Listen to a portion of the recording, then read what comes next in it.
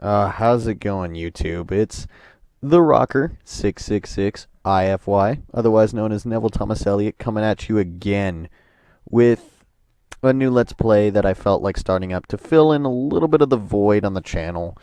Mind you, I am kind of just trying to curt away from the two current series because I do want to get them done and I do want to, at least put them out and still make them genuinely whole. But at the same time, I felt like we also needed to freshen up the air a little bit. So I'm playing possibly the most horrid, worst game in my entire library, Yu-Gi-Oh! Forbidden Memories. It's a little laggy because with the capture, it's capturing the sound, and I actually am going to try to mute it, and I think I did, hopefully. This is the second time I recorded it. The first time I did, it still captured the sound, and I did it wrong, and I was like, well, fuck me. So we're going to try this again. It's still going to be laggy, but hopefully the sound doesn't get in this time, guys, right? Let's cross your fingers.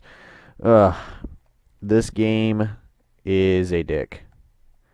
Anybody who's seen me publicly play it will tell you the same thing. And anybody who's previously played it will tell you the same thing as well. I'm going to be a stereotypical D-bag and name myself Yuki. Just because I'm an idiot.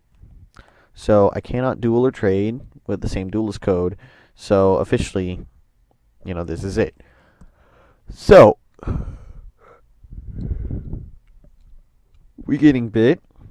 We have Mr. Purple Suit in Public. If anybody gets that joke, I love you. This is your stereotypical bad guy in this game. For anybody who's played other Yu-Gi-Oh game, he quite surprisingly reappears a lot. I don't understand why. I think it's a manga thing. I believe this game reflects more on the manga than the actual TV show. I did read the manga, and I will say that I think it does. There is some TV show bits that it's just like there's cards that aren't here that are in the manga that haven't appeared in the TV show yet that they were respectful for that. It's a weird combobulated mess with the Yu-Gi-Oh plastering, but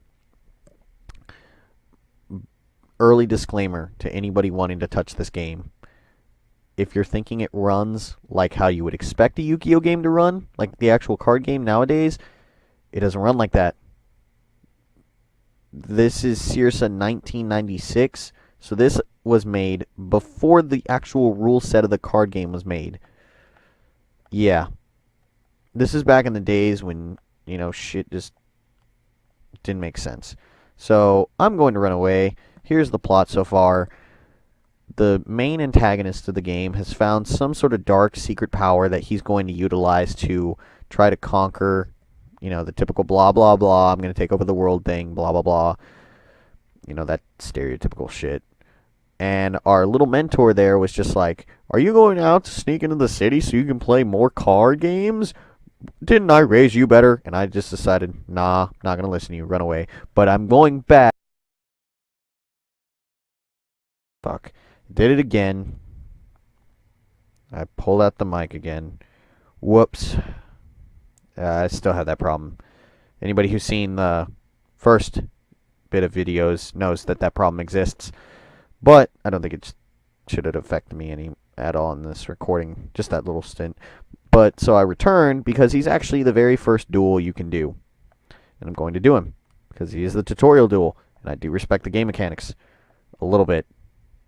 In the early stages I respected a lot because he is weak sauce.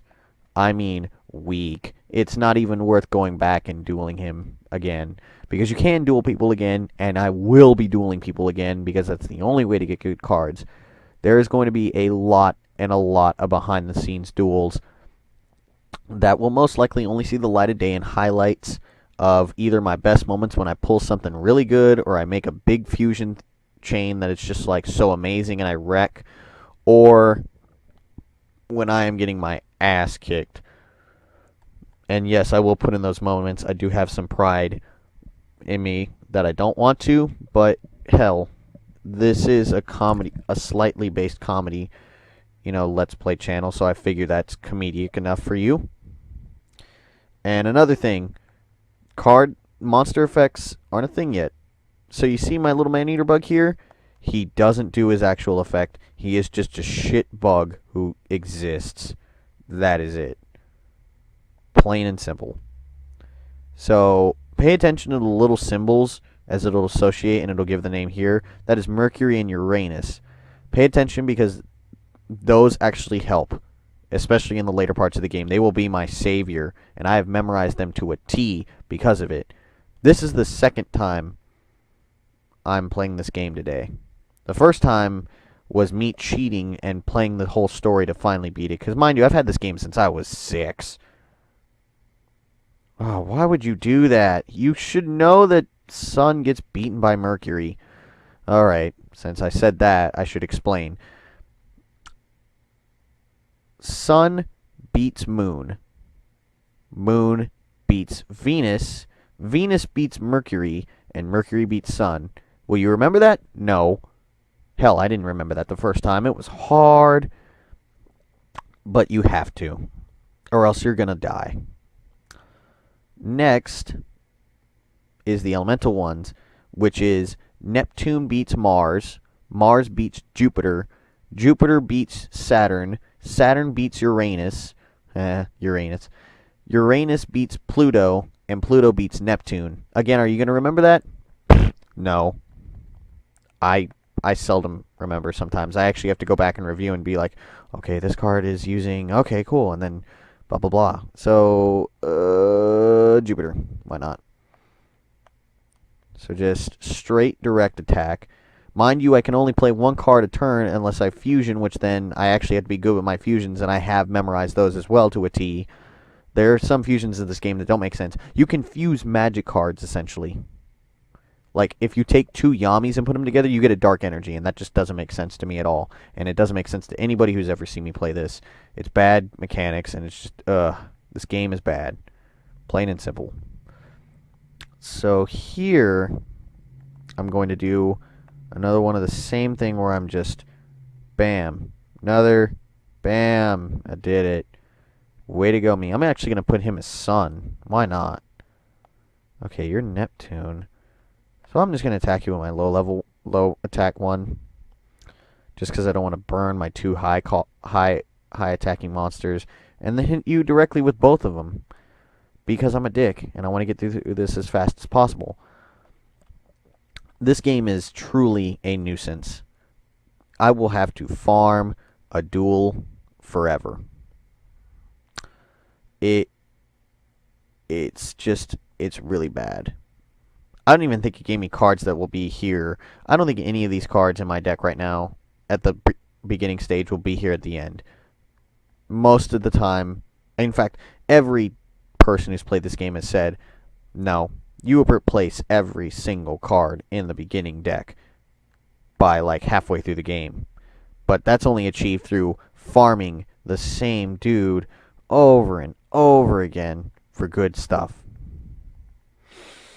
And that is just a effort of patience. And anybody who's beaten this game in that kind of manner, I applaud you, because I'll be honest, I had to resort to cheating to win this game.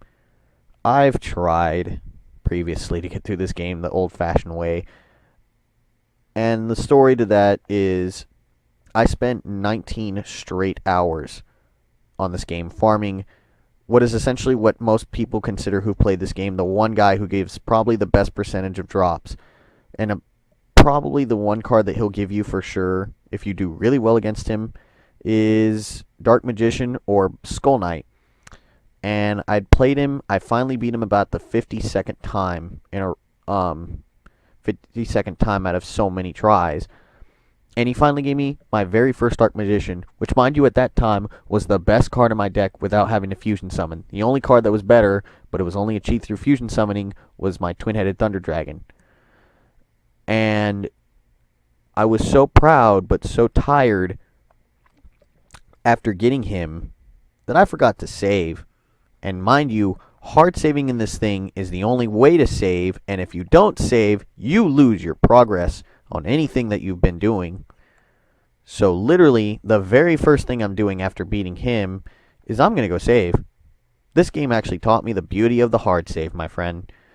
No other game has ever had to make me hard save more than this game. Whenever I get the choice to, I take it. And you should too if you touch this game. It is not nice. And sadly, I kind of didn't want to save because, mind you, in my other game, I had shit that was like dope. And the card costs, like, as you saw, I got star chips. And those star chips are your currency value to get good cards. That's the only other way to get good cards besides farming duels over and over. And even at that, you only get like 5 stars a duel.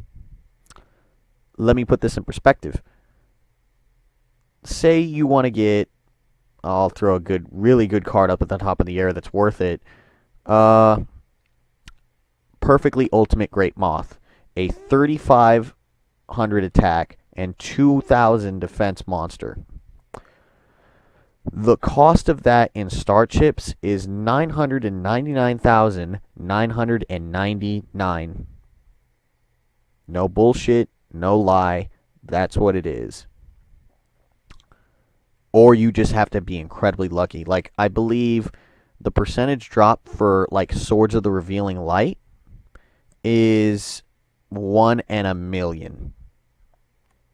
If I'm correct. I'd have to do my math. I think it fluctuates between duelists. Like, at the very early duels, it's impossible. They won't even give it to you. Like, the first quarter of the game, the best card you will ever get is either Mammoth Graveyard or Time Wizard.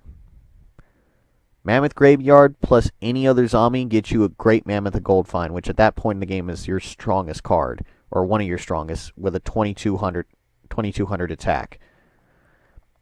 If you get Time Wizard, you combine that with any dragon, and that's the most powerful card in the game at that point in time, which is the 1000 Dragon. And I don't think I need to state the stats for the 1000 Dragon for anybody to realize that's a good card. So what I'm going to do first is I'm actually going to pull this combo again. Plant versus any animal, like any beast, gives you Flower Wolf. So yes, good first card. Good first hand, technically, at this stage in the game. Mind you, I'm only going to duel these two, the first two, Tayana and my good teacher who just got his ass kicked a little while ago. And then I'm going to move on and to another recording, which will be a bit fun. So I'm going to combine these two, and I get Bean Soldier. That's a fantastic little bugger there. Wouldn't you say? You know. Oh my god, what a shit card. Like, it's sad because I just came from playing guys who could pull, let's see, right off the top of my head, Meteor Black Dragon, a 3,500 attack monster, and buff him with probably like Dragon Treasure, then a Megamorph, and then a Bright Castle. And then at that point, if I do the math right, that's 5,500 attack monster on like turn 1, maybe 2 or 3 if I'm lucky. So, like, the 3 main magic cards that if you get it, you are set for life is Raigeki, Dark-Hole, or Swords of Revealing Light. You will always, always, always, and never remove those cards from your deck. Never. Or else you're going to get butt raped. It is a for sure thing. It happens. Don't you even dare question it.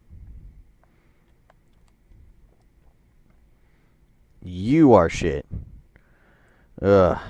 I forgot how easy these guys are.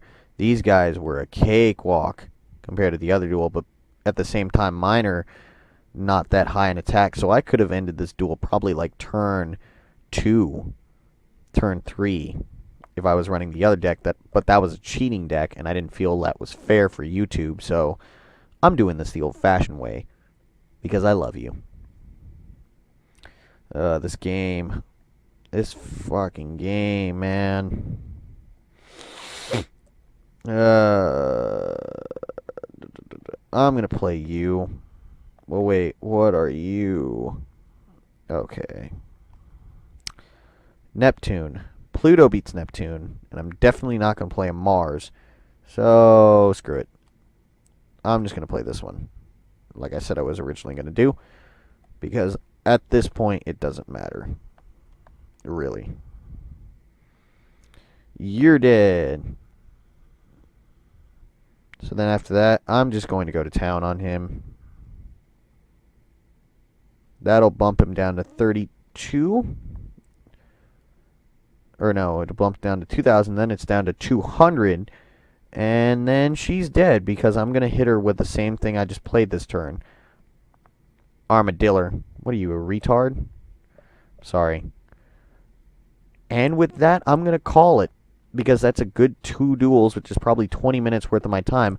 And we got a card that actually, I think, is a 999 valued card, I believe. I'd have to look it up again. Which is the legendary Kuriboh. The chibi, adorable little mascot of the entire series. Because let's be honest, how many times has Kuriboh not been mentioned between Yu-Gi-Oh players? And don't you lie to me and say not that much. That's a dirty lie. And with that, this has been the Rocker666 IFY, letting you know that this is going to be another series. Again, this isn't replacing anything on the YouTube channel. It's just a filler. If anything, this will probably go on to the point where I'm going to replace Spyro once Spyro is finished with this. I have another series that's going to come out here probably tomorrow. That is specifically for the Halloween spirit of horror. Yeah, it's a horror game. How cliche of me, I'm sorry. But it was necessary because I do love horror stuff. It's cool. So, again, just be on the lookout for that. Love you guys, and I'll see you around. Now it's time to go record Spyro. Whoop-de-fucking-do.